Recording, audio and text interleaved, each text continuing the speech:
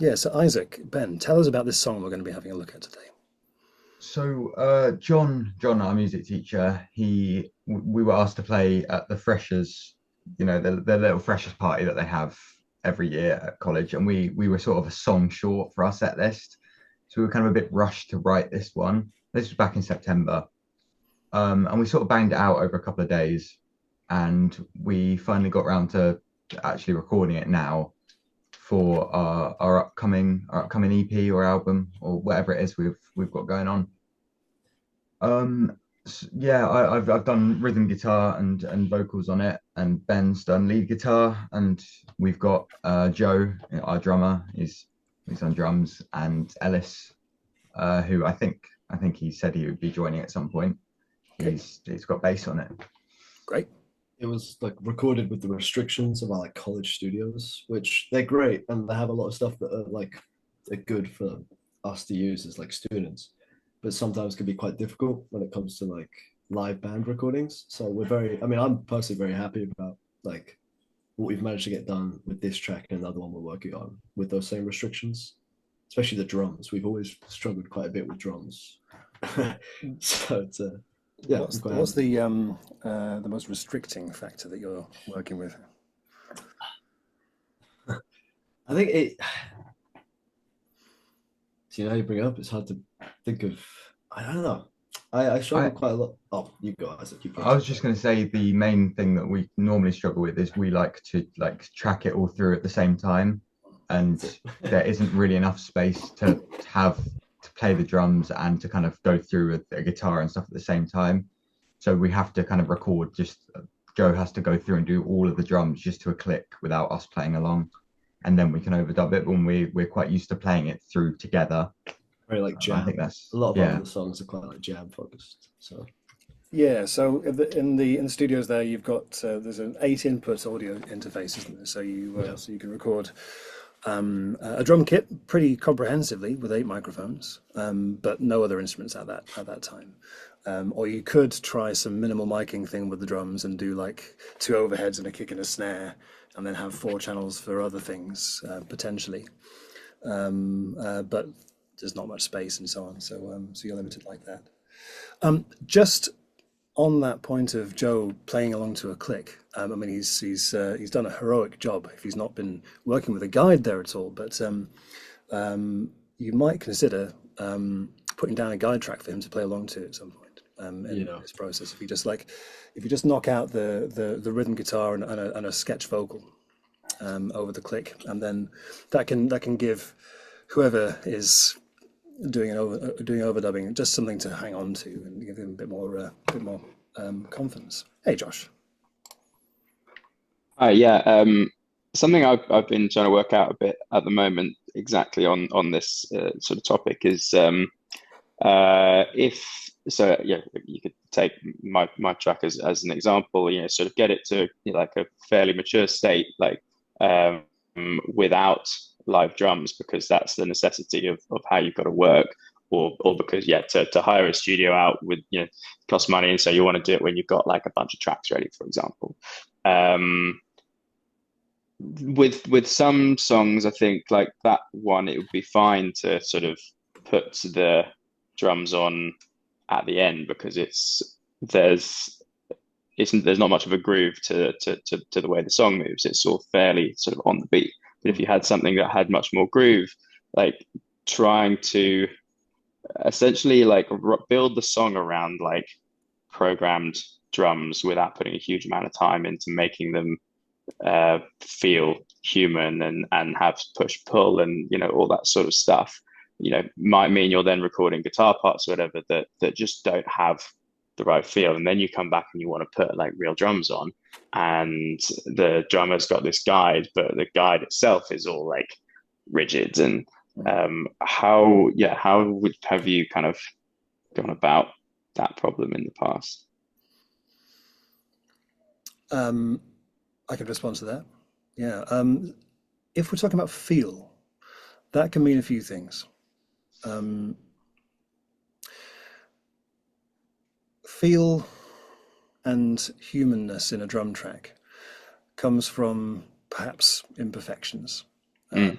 not consistent velocities, not consistent timing. There are some tools you can use to sort of bring some randomness to those things in Logic. So if you're programming drums, you can use things like humanize as a MIDI function you can use to sort of make it a bit sloppier. There's also the swing. You can use swing to bring some kind of like shuffle to the groove. You can bring some groove to it. So it's not going to be just like so all your 16ths are not going to be equally spaced. You'll have more of that sort of thing. And even just a very small amount of shuffle, just a little bit of swing, can give a lot more movement to the track. Ultimately, honestly, most of the time when I'm bringing live drums and programmed elements together, it usually ends up being a case of quantizing the live drums, such that they are as tight as the rest of the track, and just using these other tools like swing and humanize to bring some humanness to those other things. Quantize. I was skeptical about this for a long time, but actually, if you want to get everything sitting together, it can work very well with audio. It's fiddly. There's lots of pitfalls with quantize. If your hi-hat happens just a little bit before your kick drum, it's going to have to choose one of those as what to be quantized to. So there ends up being quite a bit of editing to get that sort of thing right. Sometimes, if you're a crap drummer like I am, that's the case. But so I've been doing a lot of that recently. I think if you make that commonality between the programmed and the real elements using things like quantize, that can really help. Have you been through the process of recording live drums over a track at this point? Not in a long time, no. You might find that just doing that, just having some live drums on it, the drummer will have feel. The track will be imbibed with some feel that it didn't have before.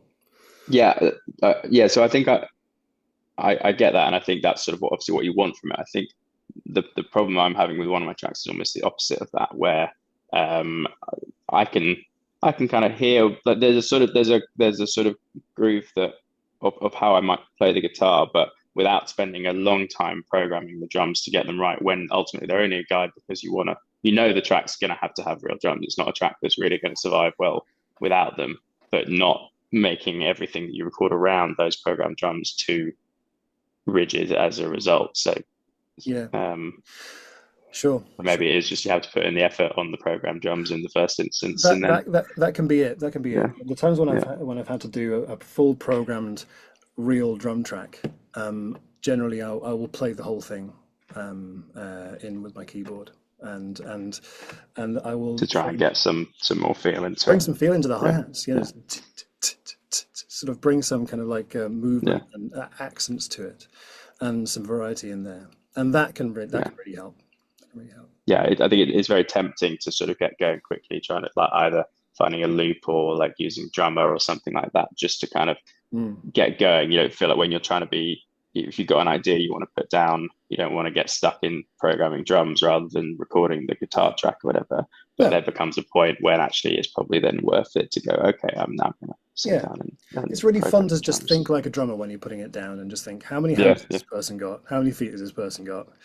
What can they do at one time? And just practice, the getting the feel on the hi-hat using your keyboard or a pad, whatever.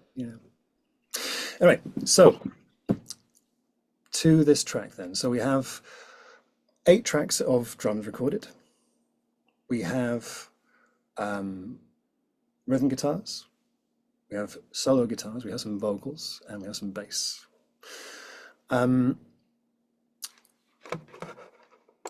I'll play it to you so we can all sort of hear where we're at with this. I'm going to play the original version that you've sent over first of all. So we'll just lock into this track, see what it's about.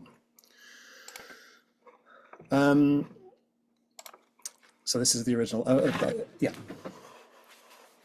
Just let this play. So you can see we've got the drums up here.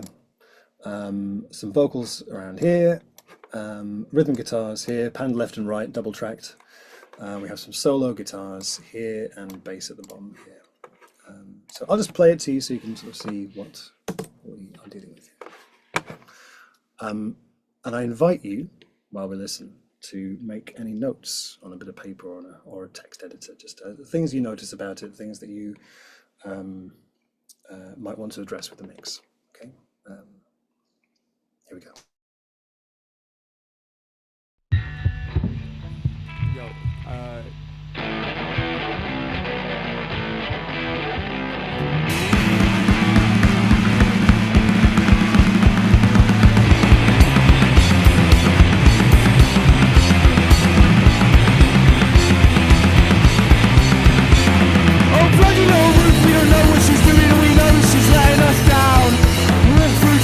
face in the crowd, it's enough to make any man frown. I don't know what she said to make you think she's alright, but she banged down the toilet, gave to a fight. Walking, she's talking, she's running, she's screaming, she's starting, she's stopped, she won't ever give up. Don't know what you're doing, you're not my problem now. Take your advice and shove it, foul cow. Don't know what you're doing, not my problem now. Take your advice and shove it, foul cow.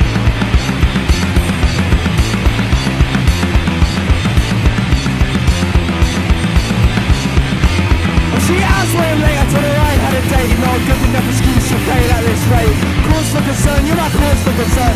Running out the door, will never return. Oh, she thinks he's trouble and she thinks he's no good. Says the woman who wears fake clothes, you right hook.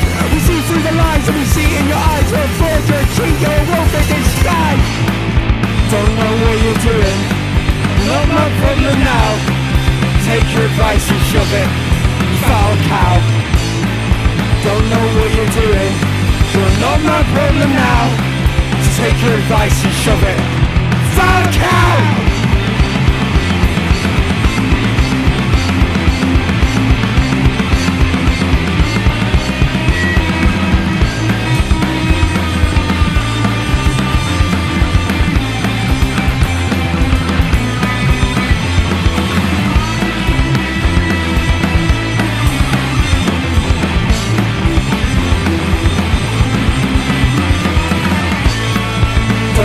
You're doing, not my problem now.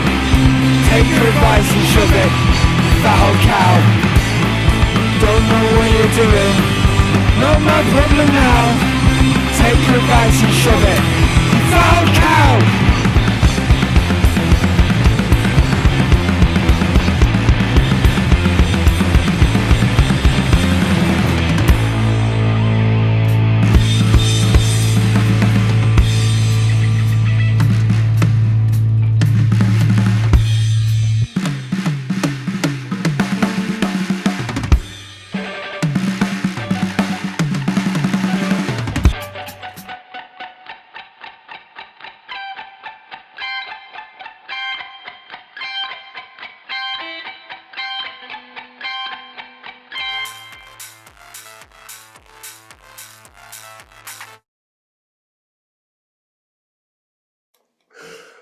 I absolutely love that ending.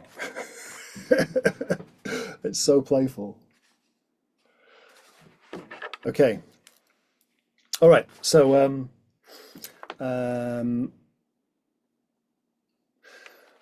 before we feed back to these two boys, what sort of help would you like with this, Isaac and Ben? What are you welcoming?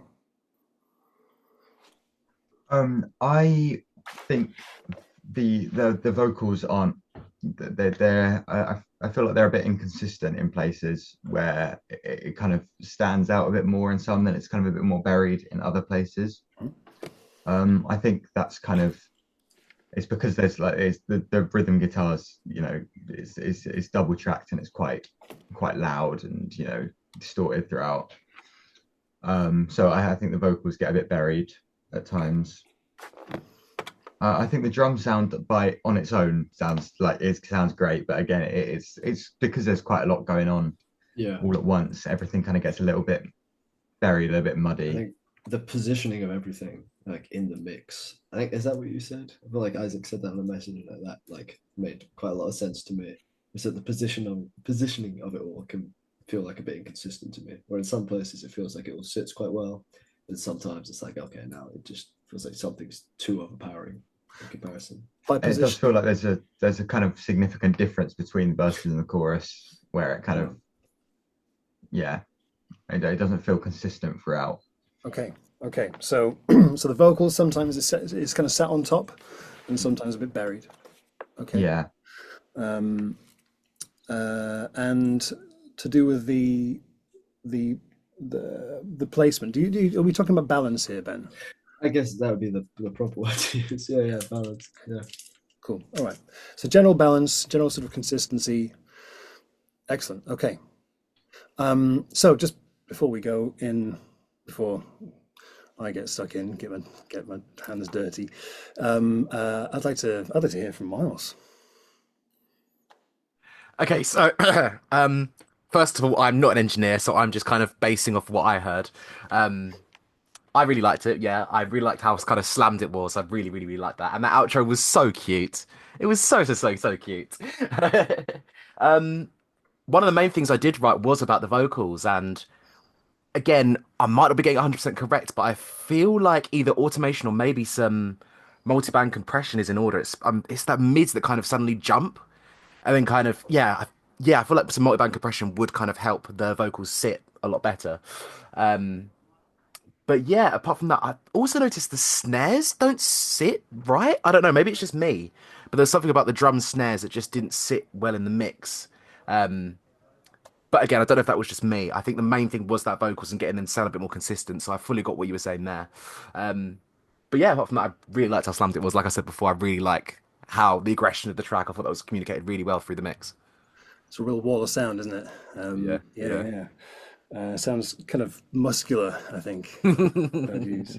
So snares not sitting well. Maybe it's you, Miles, but maybe like you've got a fantastic pair of ears under those Yeah, headphones. yeah. You know, what uh, was it sticking out? Was it too prominent or too buried or what? Think again, it was almost this inconsistency is Okay. the thing that I had. Again, another issue is that the main drum that I produce is electronic, so I kind of come from a very different zone. Um, I almost felt like it kind of wanted to jump out a lot more, but then didn't. It almost felt dark, if that makes sense. Okay. It's something just wasn't sitting very well, and I kind of would like to explore that a little bit more. Felt ducked, felt like sidechain compression or something, you mean? Yeah, yeah. Yeah. Right. Okay. I might be chatting waffle. I'm being transparent You're not. You're not. I don't believe you are. here. But also I respect entirely that you allow that possibility and say it anyway and think it anyway. And, yeah, but no, I think I'm with you actually. Yeah.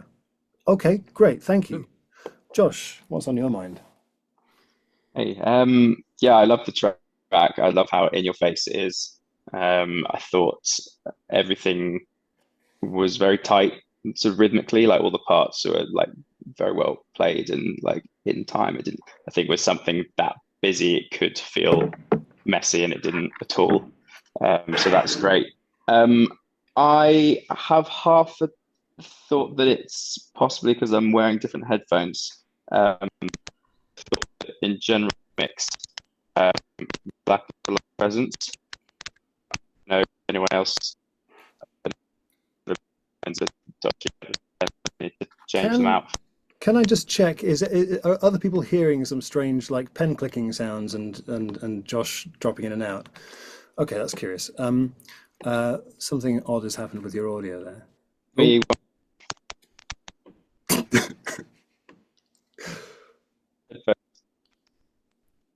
so, oh, he's had enough. He's out of here. Song was that bad. Maybe he's gone to. Oh, he's back.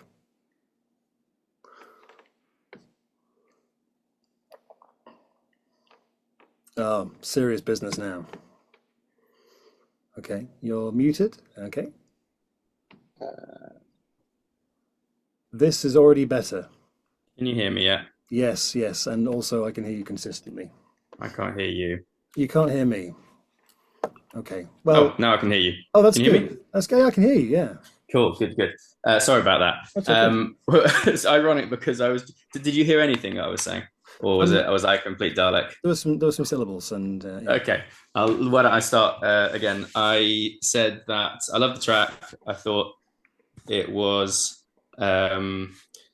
like very well played and sort of rhythmically together. That like something that busy could sound quite messy if it wasn't sort of really well played. So I thought that was great.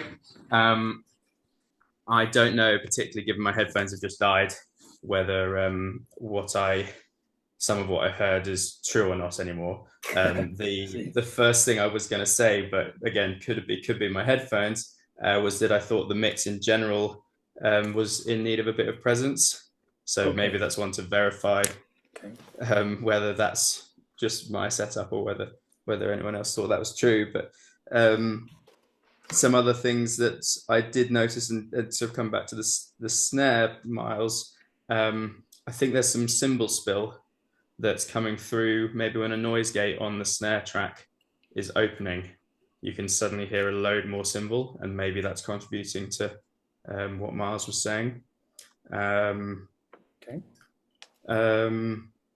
Dynamic control on vocals, I agree.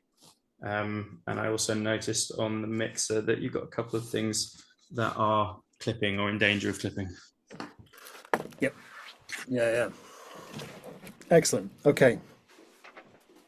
Yeah. I think you could hear it, Josh. I think that is what I think that is what was going on. Yes, I think your battery was just saw you through that. That's well enough. Excellent. Okay. All right. So, I'm going to look at a couple of little housekeeping things with you guys first of all, because in order to make get to make sort of good decisions on this, really we need to take the mastering off in order to hear the mix properly. Okay. What I noticed with the mix over here that you sent is the mastering was completely slammed. So there was no you had the Logic sort of auto mastering thing, which honestly actually has done a pretty good job actually. But then you added a multi-band compressor on top of that, and then also another limiter on top of that. So really giving it what for. So and then when I took those off, the whole thing was coming out of the output bus really, really hot. So I've made another version of the session. I didn't show you now. Did we hear it with the mastering bus enabled? You did, yes, you did. So this is a slightly updated version of the session. I've put some colors in so you can see a little bit more clearly what's going on. So now all the drums are up here. We've got bass, rhythm guitars, lead vocal, chorus lead vocal, and the shouty ones in the background, and then your ending here. So yeah, when I took the mastering off, it was slammed. So I've used a gain plugin. I just on the output to bring it down 12 decibels, just so everything is like comfortably under the maximum. Notice though, it's no longer on the stereo output. So I like to use reference tracks, and I like to be able to refer to previous mixes when I'm mixing all the time. I find this is it's invaluable every time. So what I've done with your channels, anything that was going directly to the stereo output, I've instead put into a track that I've called master. Okay, so your whole mix is going through this one bus. So all your buses here that were going to the stereo output are now going to bus 9, which is the master bus. Okay, so now we can put mastering stuff on this channel here without putting mastering stuff on your previous mix here. So I've brought your mix into the session. That is going out the stereo output. So that's not going to go through your mastering processor. So now I've set it up so we've got some headroom on your mix.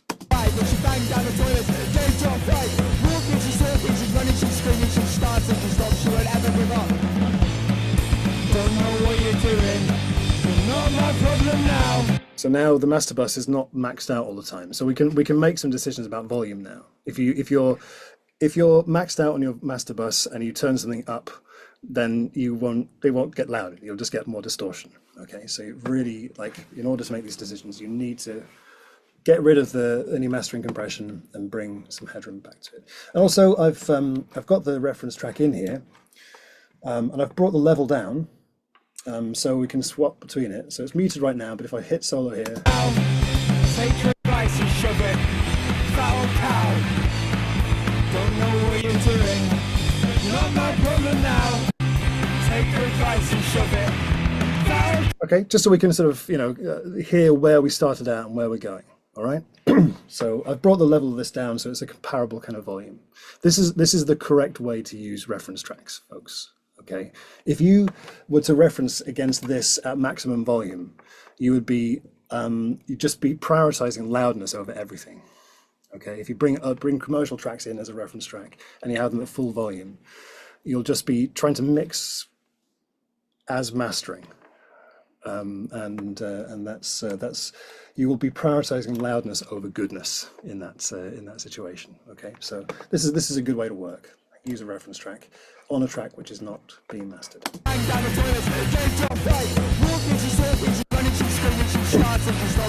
Okay, so that's the first thing, really. Just a couple of other things to say about it right now. I noticed that the toms are not coming out through the track through the drum bus at the moment. We might look at that later on if we have time. But so we're talking about the vocal, getting the vocal to sit, and finding presence for certain things. I think this is going to be an exploration of how to get the mid-range right on things. The mid-range is where all the instruments are sitting. The vocals, they use mid-range. They need mid-range to cut through. Guitars, several layers of distorted guitars and a distorted bass. The bass is also doing this. Okay, so this has got lots of mid-range stuff in here. Here's the rhythm guitars, which I would say sound awesome. They sound great, genuinely great. We have some lead guitar parts down here.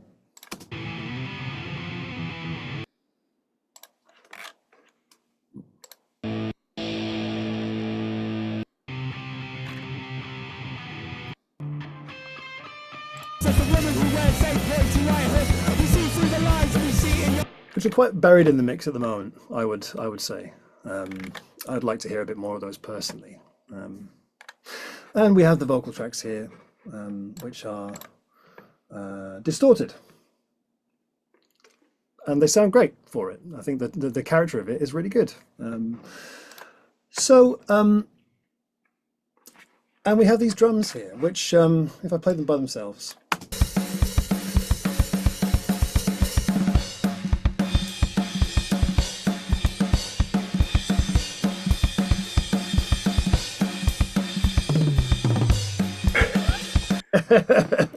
he's a monster, this guy. He's a very exciting drummer, is Joe. Awesome. And you know what? I think the drum mix has got far more right about it than wrong. There is it's punchy. The kick and the snare, they're cutting through the mix. And just for the benefit of everyone, I just want to show what these guys have done that's really making that happen. It's to do with compression, but slow enough compression, right? So what a compressor will do when the level goes above the threshold is it wants to bring the level down. And if it does that very quickly, it's going to keep the level under the threshold, basically. You're going to have a quiet, it's just going to make the sound quieter. Now, if you have a compressor which is acting slow enough, that there's some time for that spike to come through at the start of the sound before it brings it down. You get this lovely kind of punchy tone like we have here. So if we have a look at the snare compressor,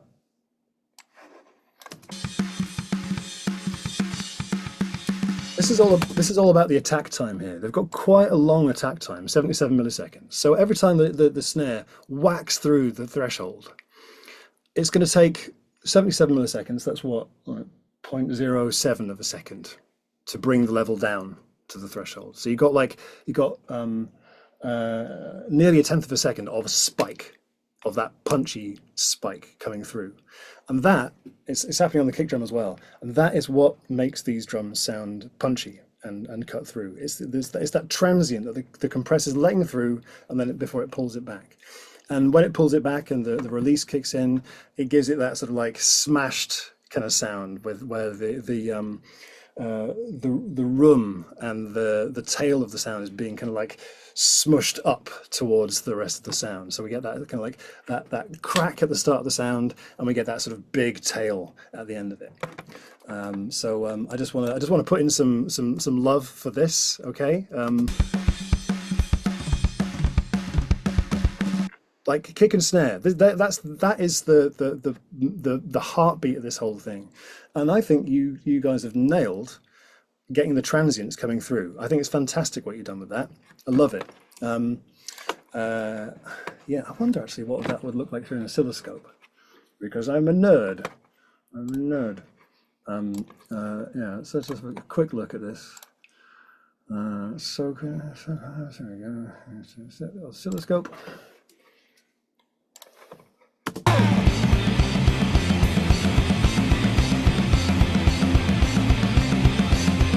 Yeah.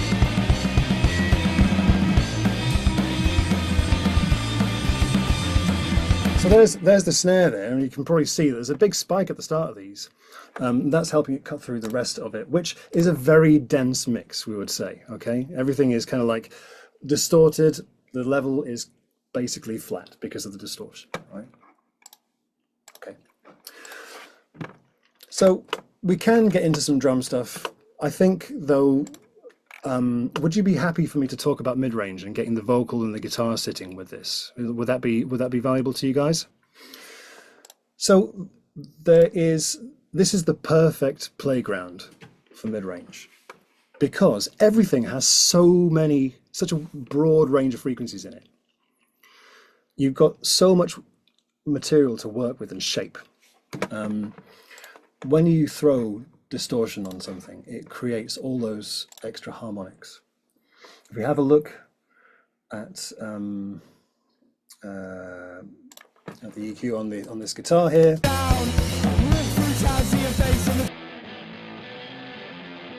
we've got like frequencies all around in the mid-range, all through there, which like the thing with an electric guitar is there's no one way it's supposed to sound. You can shape that however you want and it will not sound wrong. Okay? Electric guitar is not a natural sounding thing. You can push those frequencies around and create space for each element by just restricting or emphasizing certain ranges of frequencies. So your guitar's distorted, you've got all that harmonic content to play with. Here in your lead guitar as well, big range of frequencies. Your distorted vocals. Let's have a look at that. After the distortion. Walk through town, see her face in the crowd, it's enough to make any man frown. I don't know what she said to make you think she's alright, but she banged down the toilets, gave Joe a fright. Walking, she's talking, she's running, she's screaming, she starts and she stops, she won't ever give up. Great performance. So again, like the EQ is showing that there's frequencies from the bottom to the top. Okay, and this is great for us because we can be selective about it. Again, the distorted vocal, it's supposed to sound dirty. It's supposed to sound wrong. It doesn't have to sound natural. We don't have to equalize this to sound sweet. We can use the EQ to get everything sitting in its own space. Okay. So So let me just check how this is all routed as well. So we've got, I think I remember you've got these two vocals here, which are going to Vox shouty. That's fine. Yeah. So you've got your. Don't know what you're doing. You're not my. Whoa. Well, that was fun. Yeah, that was some mic action there. I think. Yeah. There we are. Okay. Just to point out, your vocals are not wide because I think you had a mono bus on there previously. So I'm just going to make these stereo so you can have your nice wide. My problem now. Shouty vocals. Take your advice and shove it. Fat old cow. So that helps already. Okay, so right, here we go. Shall I do some EQing here to sort of show you how easily we can sort of create some space here? So you saw that there was loads of bottom end on the vocal here. I'm just gonna chop it off. In fact, I'm gonna put all your vocals into their own vocal bus so I can do this all at once because I think they deserve that. I'll just pop all of these into a vocal bus. Where are we? Vox shouty. So now I'm going to call bus 10 is our. Here we go. Vox bus. Okay. And your other vocals here. These two. Let's have those coming out. Vox bus. And now Vox bus is going to go through the master. So they're visiting the vocals bus and then they're heading to the master bus. So it all sounds the same as it did before, but now we have our... Down, walk through town, see your face, not my problem now. There we go, lovely, okay. All right, so there's our vocal bus. And I'm just going to chop off the bottom end of it to get these sort of sitting in their own space. Take your advice and shove it, fat old cow. Don't know what you're doing. You're not my problem now. Take your advice and shove it. Fat cow. Down. Look through town, see your face in the crowd. It's enough to make any man frown.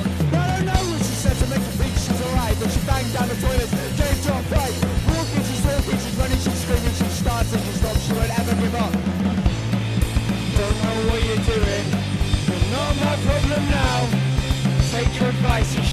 So just by taking out the low frequencies on this, suddenly it's sounding cleaner in the low end, and the vocals are coming through a little bit more. I'm finding some spaces in the sort of higher mid range where there's a bit more presence for them to come through. So I'm gonna leave that like that for the time being, just as a quick demonstration of just sort of all these frequencies that are there that we don't need, but we can shape it. It doesn't sound. It's still putting the same point across, but it's now kind of behaving itself. If we look at the solo guitars now, honestly, when I listen to this, I really love the sound of these rhythm guitars. I think you've judged this really well. That's why I'm late, I told her I had a date, not good enough excuse to play like this rate. Cause for concern, you're my cause for concern. Running out the door, whenever return. I should fix these trouble. So I'm not going to focus on those at the moment. I'm going to think about the lead guitars here a little bit. Maybe we'll come back to the rhythm guitars in a bit. Just to make things very simple, I'm just going to look at one of these at a time. So this perhaps to do the actual. Running out the door. Okay. So there is our. Was this recorded with an amp? Awesome, cool. All right. Okay, so it's going to feel quite counterintuitive, this, because you've taken the effort to put a mic in front of an amp and record it nicely, but we want this to cut through. So.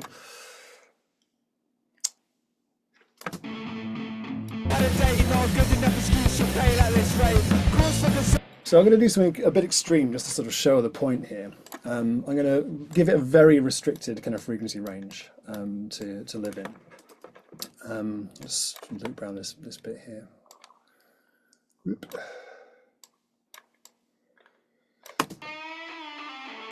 told her I had a date, not a good enough excuse to play like this rate. Cause for concern, you're my cause for concern. Running out the door, whatever. She asked where I'm late, I told her I had a date, not a good enough excuse to play like this rate. Cause for concern, you're my cause for concern.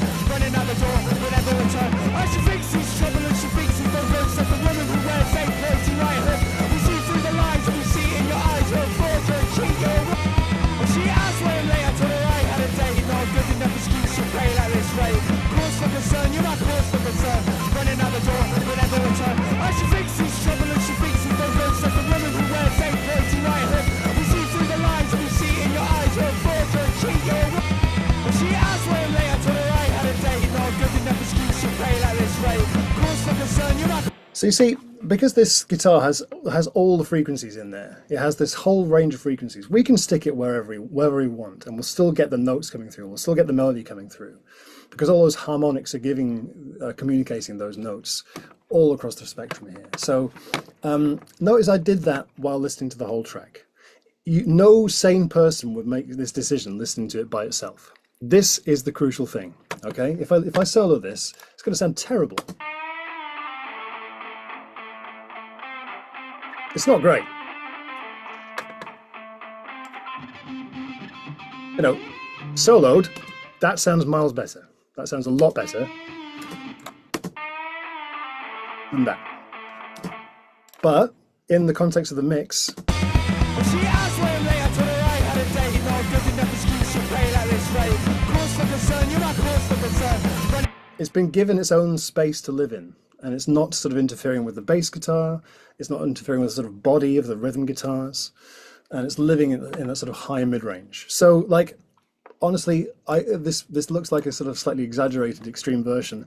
I will do this in a mix, though. I will be this restricted about getting things sort of cutting through like this, or more so. Okay.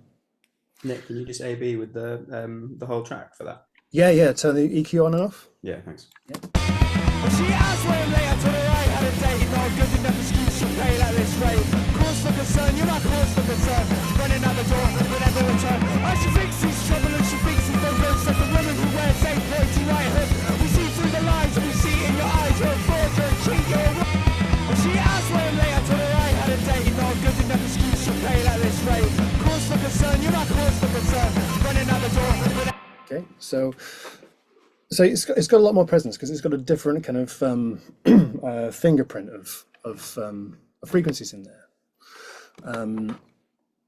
It might be too far. It might not be quite the character that you want, but it's the principle that I'm sort of showing here. Okay. There's more you can do to sort of create space for that. If you wanted to really go to extremes, then you could. Let's see.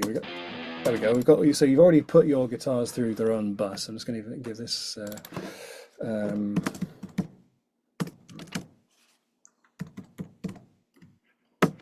can spell a rhythm. Oh yeah.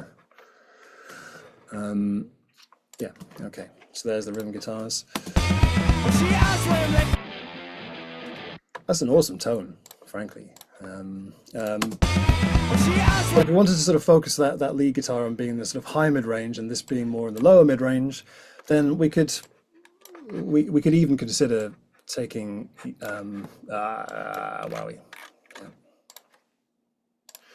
looking at which frequencies we're using here, around 1300 hertz, and creating space for it in this one here. She asked where I'm late, I told her I had a date, not a good enough excuse to play like this rate. And bring the emphasis to the lower mid-range with this one. She asked where I'm late, I told her I had a date, not a good enough excuse to play like this rate. Cause for concern, you're my cause for concern.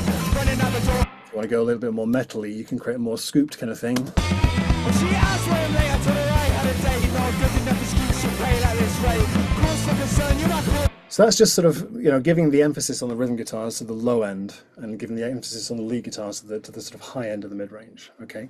And you create separation like this. I'll just flick these on and off so we can hear the difference. She asked where I'm late, I told her I had a date, not a good enough excuse to play like this rate.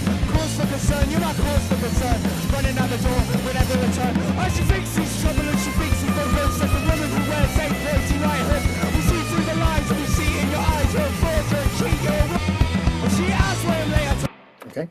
So it's just finding a place for all these things in the mid-range, and acknowledging that none of these need to sound right. Don't need to sound real or lifelike. They can just fit together like a little puzzle. Because you've got all these frequencies to play with. Just just decide which ones want to live in which areas, and sort of create space like that. Yeah. Do you have any thoughts on what's happened so far? Hello, Isaac. Hello. I just wanted to say that sounds unbelievably better already. Like, compared to how it sounded before, just the guitar tones. Yeah, the lead guitar sounded so good. It sounded really buried before, Yeah. And doing that, it's made it sound so much clearer. Great. Yeah. So what we're looking at here is a thing called frequency masking, is what they call it in the trade. Frequency masking is where different instruments have the same kind of spectrum of frequencies in them, so like psychoacoustically, it's really hard to tell them apart, yeah, my accent kind of fell apart a little bit there. Did you know I did a course in stand-up comedy last year? I didn't get to the end of it. I'm not funny enough. I really must stop kidding myself otherwise. Yeah, that is so much of mixing for me, is just finding little pockets of frequencies and doing that. This is something that's valuable, is so valuable when you're putting together tracks using sampler instruments as well.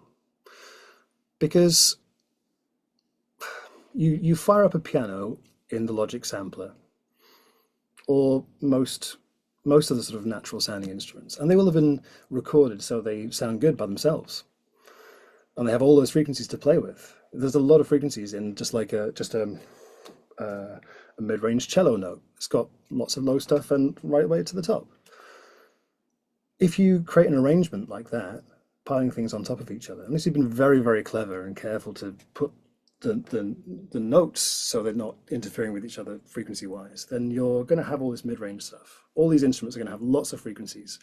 Don't be afraid to be selective about which ones are the sort of more bright and forward mid-range things, and which ones are the more background, warm, fat sounding mid-range things. Okay, so that's handy with all that stuff. Synths as well. They like a synth is not at all natural. EQ that however you like. There's no wrong way to do that. It's a synthetic sound. So and again, like you fire up a sawtooth synthesizer, and by design it's got a big range of frequencies. If you just let that be, it's going to take up the whole track, and there'll be no space for anything else. So again, EQ it to sort of find its pocket. Sometimes you can do it like I did there by using filters to get rid of everything top and bottom. That can work great. Sometimes you can do it using more gently, using sort of shelves to bring down the things on each end, and something to boost in the middle. So you're not sort of like completely restricting it, you're just sort of massaging it into being brighter or darker without losing some of that nice warmth that you might have in those recordings, if you don't want to completely like trans the top and bottom of it. Okay. Yeah, Josh? Nice to meet you, Button. So when you're doing subtractive EQ, obviously you want like really transparent EQ, like the channel EQ or something. When you're adding, like when might you choose to use one that adds color rather than one that doesn't? I think clearly in this instance there's so much color in the like distorted sounds of the guitar that like why would you bother do anything other than just use a transparent one? But yeah, when might you want to use something that's actually going to add something? Yeah, there's quite a lot of emulations of like pull text, for example, or like other stuff that everyone loves using. Yeah. So Logic channel EQ is intended to be pretty straightforward and utility kind of tool. I think it does have some character to it. I don't always like it. Sometimes I'm not that keen on how it boosts sparkly stuff, actually, for instance. But I'll choose an EQ because I know what it does. Like different EQs will have a different kind of special characteristic. It's just using them to sort of get a handle on where that's going to work great. In terms of like the Pultec EQs, it's a good example of this. So I very often end up using a Pultec midrange EQ to take away some 300. I just really like the way it does that. On the master bus, taking away some 300 is something that I very often do because that's kind of muddy stuff down there. And you can bring the vintage tube EQ, Logic's version of this, in here. And Logic's version, you can choose any frequency you like, but the real one, you just get certain frequencies to choose from. And I really like the way it dips the 300 here because I know what it sounds like. I'm just used to it. I'm familiar with it. And I can just quickly dial that in. I am doing things on Logic and you can't see what I'm doing. I realize now. Yeah, so there it is. So yeah, in Logic, in the EQ section, vintage EQ collection, vintage tube EQ, and you get Logic's version of the Pultec. She asked where later to the right, had a date, not good enough excuse to pay like this rate. Cause for concern, you're not cause for concern. Running out the door, whenever return. Oh, she thinks he's trouble and she thinks he's no stuff. And I find that just a little bit of that just sorts out the muddiness in the track a lot of the time. Just a tiny bit. I've found it with, I used to use one from Waves, still do sometimes, and it just know that it's going to do that. So I will use it for subtractive as well. Now with additive EQ, like I've used Neve desks and AMEC desks quite a bit, and I've found that with distorted guitars, the mid-range EQ on those desks, it's addictive. You just want to add mid-range using these EQs. It sounds fantastic every time. It's like you can't really do much wrong with it. So I think the vintage console EQ on Logic, this is like a 1073 style EQ, and if I put this on the rhythm guitar here, I know that this has a way of adding mid-range frequencies which is really tasteful.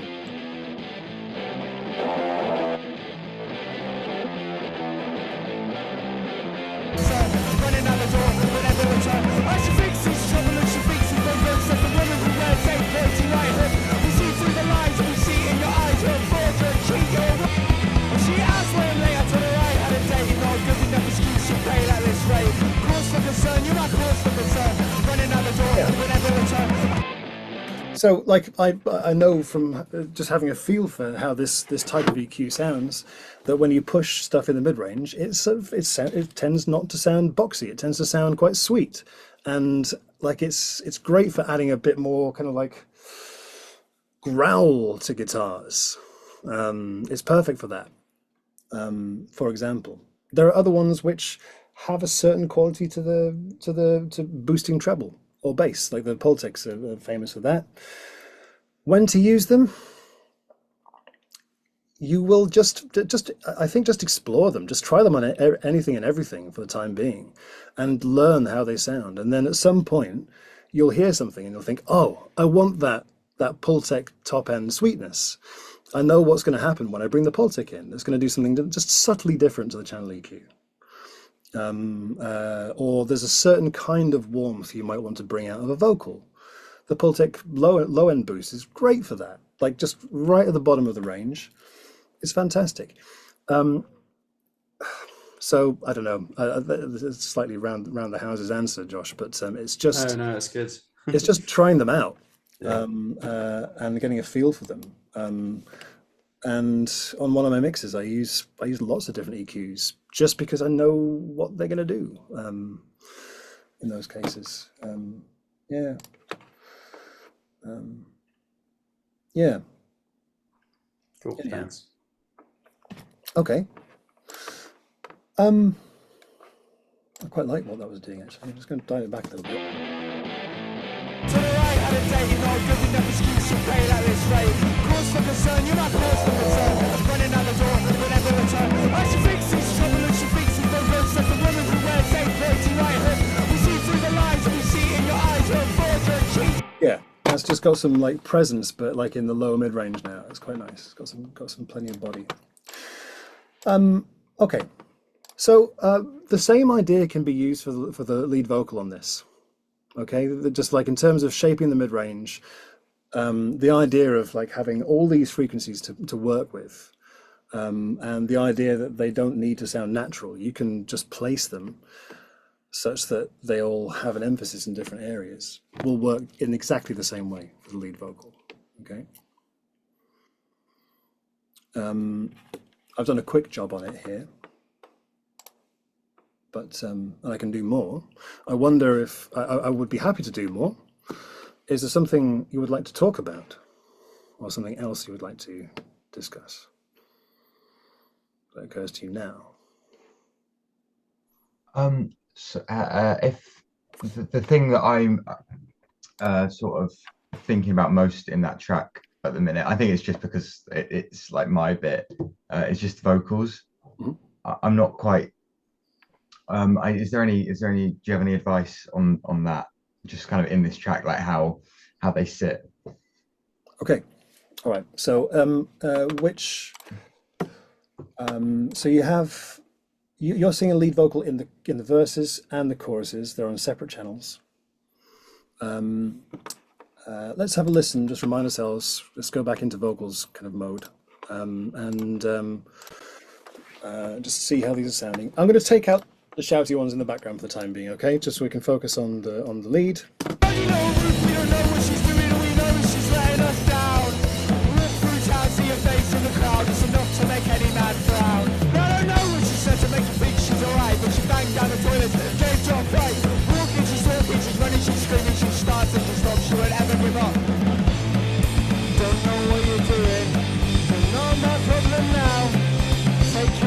Shove it, fat old cow. Don't know what you're doing. You're not my problem now. Take your advice and shove it, fat old cow. Okay, all right. So, so you want to have this distorted sound. It suits the track very well. Like emotionally, it's doing the right things for what you're putting across. Yeah. What can you describe, Isaac, what qualities you'd like it to have more of or less of? How do you mean? Sorry. I mean, like maybe you would like to hear the words better. Maybe you'd like to have more clarity. Maybe you'd like to have it more bedded in the song or more prominent. I don't know. Can I defer this to Ben, because he's sort of I struggle to talk about my own bit. I think. Okay, cool. Yeah, fine. Yeah. I mean, I do think the clarity would be quite important. I think having the distortion does like muddy the vocals quite a bit. You lose a lot of definition. Okay, all right. Okay, so more definition. Josh and Miles, do you reckon a bit more definition would serve this well? Get a bit more clarity going through while keeping the distortion? Yeah, I think so. I think there was some inconsistency before as well, which I don't know if it's something that needs treating first. Okay. Like clip gain or something. Inconsistency. Yeah, dynamic inconsistency. Yeah. Okay. All right. Let's have a little listen to the recording itself without anything on it. Down, walk through town, see your face in the crowd. It's enough. Just notice that you have some automation on this. So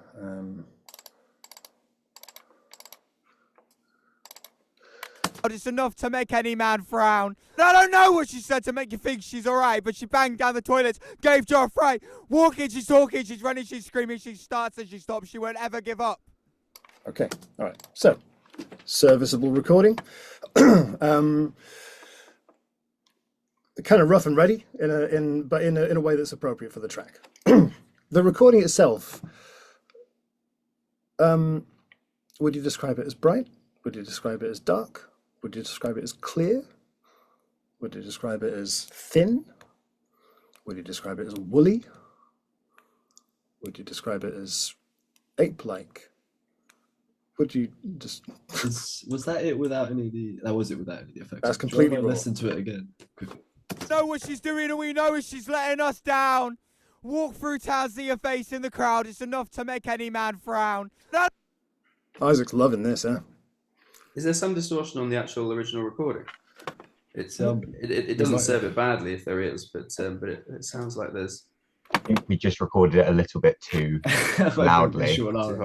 Yeah. Oh, that is definitely an issue. Oh yeah. Yeah. Oh yeah. We did quite a few takes, and they were a few of them were a bit inconsistent in. Okay. Yep, there's some distortion there. Fine. That's fine. We want distortion. Okay. All right. Now you've got a compressor on here. Let's use that. Let's make sure this is set up well. Just go from scratch. Make sure this is all serving the recording here. So let's see what the compressor's doing. Know what she's doing and we know she's letting us down. Walk through town, see her face in the crowd. It's enough to make any man frown. I don't know what she said to make you think she's alright, but she banged down the toilets, gave Joe a fright. Walking, she's talking, she's... So notice that the gain reduction is always sitting around about -10 here. Okay. So this is what's this doing? What's that going to do to the sound to have that set up there all the time? I mean, basically, when it's loud, it's just turning it down consistently all the way through. We're not really getting much compression out of it because everything is just like is above the threshold and being pulled down by a certain amount. To compress something effectively, you need to have it sort of dancing around so it does actually visit zero sometimes, such that there are bits that are not being compressed. Otherwise, it's basically a glorified volume control as opposed to a compressor. If you have things compressing the same amount all the time, or to a great extent all the time, then you have this much space here, which is not compressing effectively. It's just like it's quite hard to describe this. One day I will come up with a really good analogy for this, but it's not here today. Yeah. Anyway, you want it to be acting on the dynamic range that exists, not the dynamic range that doesn't exist. Like you're always going past that threshold at the moment. So I bring the threshold up. Know what she's doing and we know she's letting us down. Walk through town, see her face in the crowd. It's enough to make any man frown. Let's use plenty of ratio now. Know what she's doing and we know she's letting us down. Walk through town, see her face in the crowd. It's enough to make any man frown. I don't know what she said to make you think she's alright, but she... There we go. So now we're set at a point where the quiet bits are not being compressed much and the loud bits are being compressed a lot. This is going to do a lot more to even out the level of the vocal here. Rule of thumb, set the threshold so it's doing a little bit of work on the quiet stuff and a lot of work on the loud stuff. And that's going to keep things kind of like consistent. That's going to help it work well. Hello, Ben. I am worried that on the compressor, the sidechain thing next to output I might be doing, like, I'm worried that I'm doing something on that. You could just check, because that might change it. Like, at the top, yeah. Yes. I think I might. No, it's not. Okay, I remember messing around with it, and I didn't know if I left it on. Okay. Sorry, I just wanted to be safe. Yeah, fine. Okay.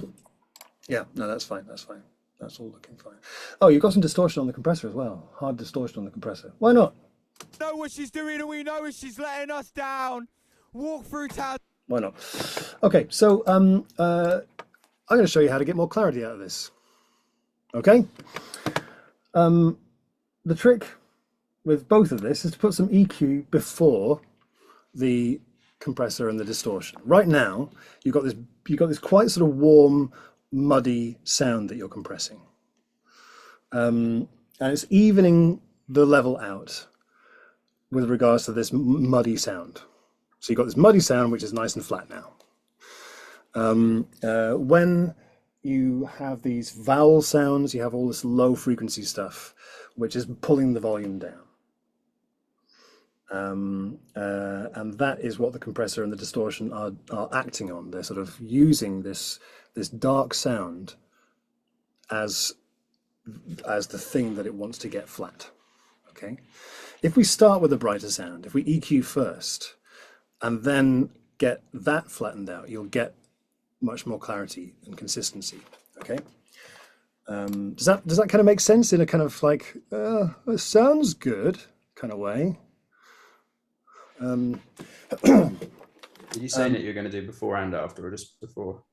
Probably before and after a little bit. Yeah, I'll very often use some EQ. I'm just going to set up a new EQ just to get like the basic sound well balanced. Know what she's doing, and we know is she's letting us. I don't really need any of this down here. Know what she's doing, and we know is she's letting us down. Walk through town, see her face in the crowd. It's enough to make any man frown. I don't know what she said to make you think she's alright, but she banged down the toilets, gave Joe a fright. Walking, she's talking, she's running, she's screaming, she starts and she stops, she won't ever give up. Know what she's doing, and we know is she's letting us down. Walk through town, see her face in the crowd. It's enough to make any man frown. I don't know what she said to make you think she's alright, but she banged down the toilets, gave Joe a fright. Walking, she's talking, she's running, she's screaming, she starts. So there, I've taken away the lowest frequencies, which are not really helping musically, and they're creating some kind of noise and muffledness. I've reduced some of the low mid-range here and added treble and high mid-range. These frequencies are where the clarity is. This is where the woolliness and the muddiness are. So Know what she's doing, and we know is she's letting us down. Walk through town, see her face in the crowd. I've practiced this a lot, but this is the general principle. You just like you need to try this and feel it out and judge it yourself as to what works. But these are the general areas you might want to play with. Know what she's doing, and we know is she's letting us down. And if you really need to find those areas, by the way, then boost first to find out what sounds worst. If you think about, like, if you hear a part of the sound that sounds rubbish to you, boost it and find it. Know what she's doing, and we know is she's letting us down. Walk through town, see her face. So you can hear clearly what it is that is that you don't like about it, and then cut that away. So Know what she's doing, and we know. So now we have a lot more clarity in the basic sound here. And if we compress that and distort that, Know what she's doing, and we know is she's letting us. because of EQ before the compressor, I'm gonna have to set the compressor again because I've now got a lot less actual signal going into it because I've taken away all these low frequencies. Know what she's doing, and we know is she's letting us down. Walk through town, see her face in the crowd. It's enough to make any man frown. Okay, and then so that's gonna make the level more consistent. So when we distort it now, I quite like putting a compressor before distortion because it means you'll get kind of like the same amount of distortion all the time. Know what she's doing, and we know is she's letting us down. Walk through town, see her face in the crowd. It's enough to make any man frown. I don't know what she said to make you think she's alright. Okay, now I've done all this without the context of the track. So like this is just getting a clear sounding distorted vocal sound. I don't know how this is going to sit with the track, but I know I've got some clarity on the vocal. So let's hear what we have in the mix now. It's too quiet.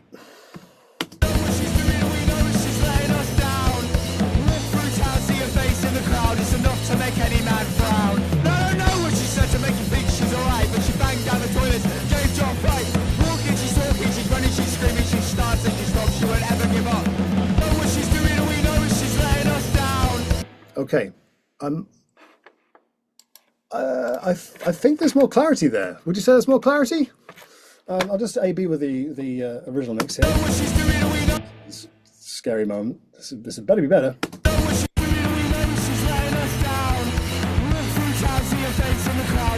To make any man frown. I don't know what she said to make you think she's alright, but she banged down the toilets, gave John fight.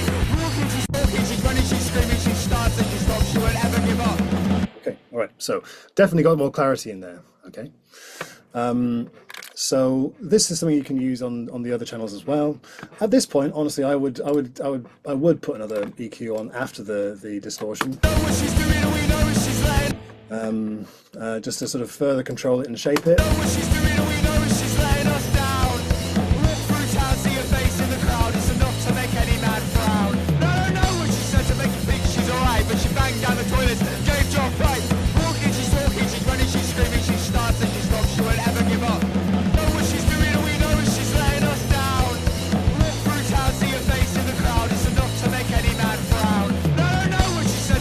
I don't know. Maybe that. Maybe that.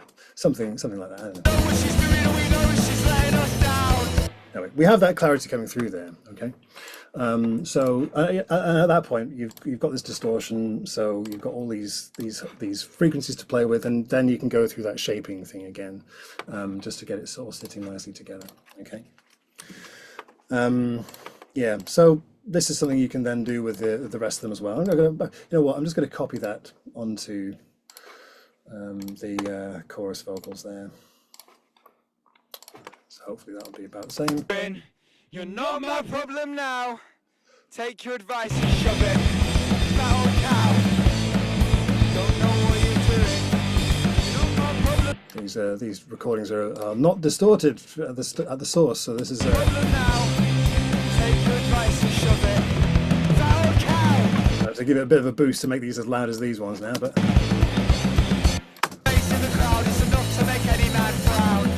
Then we have the extra layers here. Not my problem now. Take your advice and shove it. You foul cow. Don't know what you're doing. I'm not going to ask who this is about. So yeah, and then let's just get these sitting somewhere. You're not my problem now. Take your advice and shove it. Foul cow. Yeah, it's something quite unpleasant kind of around here, I think. You're not my problem now. Take your advice and shove it. You foul cow. Don't know what you're doing. Yeah, so just for fun, I'm using these wide panned ones as kind of like a scooped sound. So you've got brightness and darkness, but not too much in the sort of presence range. And then the opposite for Isaac and the lead vocal. You're not my problem now. Take your advice and shove it.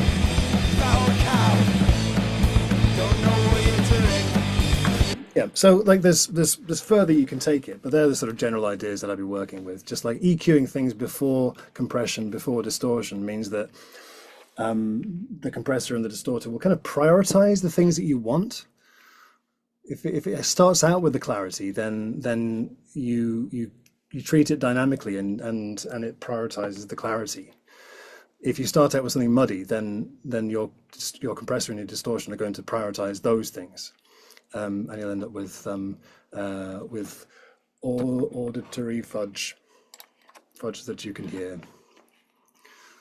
I put some gum in my ears the other day, some chewing gum to protect them at a loud gig.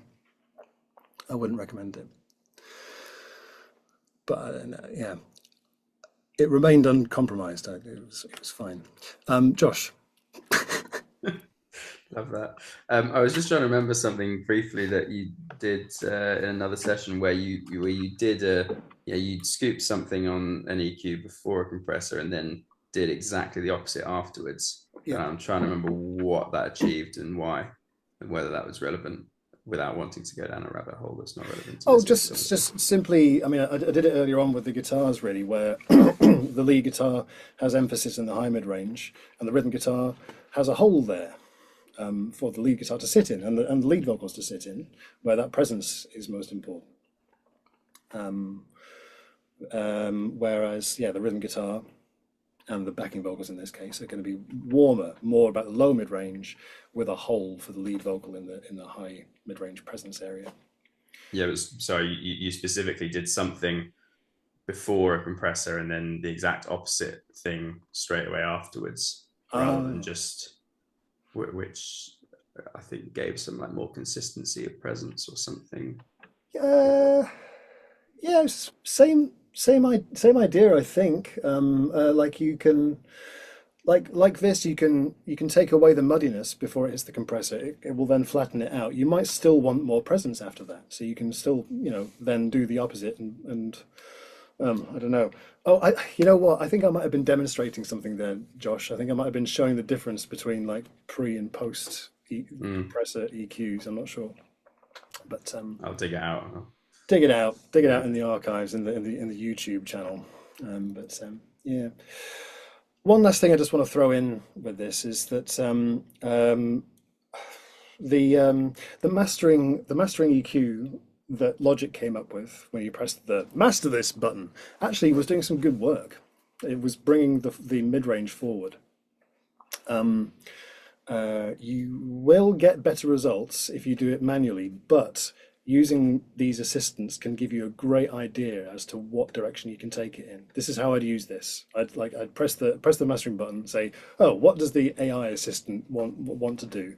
And then listen to that and think, oh, that's good. And then maybe try and do something similar to that myself, using fewer EQs and less notchiness and keeping it simple. The original mix did sound kind of like it was ducking a bit. There was a lot of compression going on. I'm absolutely loving mixing without compression at the moment. I get a lot more dynamics and a lot more punch out of things if I don't compress things. I'd be very happy just to pop a limiter on the end of this. Compressors they're fun things. These things they're really satisfying to smash things up with, but the satisfaction lasts as long as you've been fiddling with the controls. It's not necessarily going to translate when someone listens on the other end.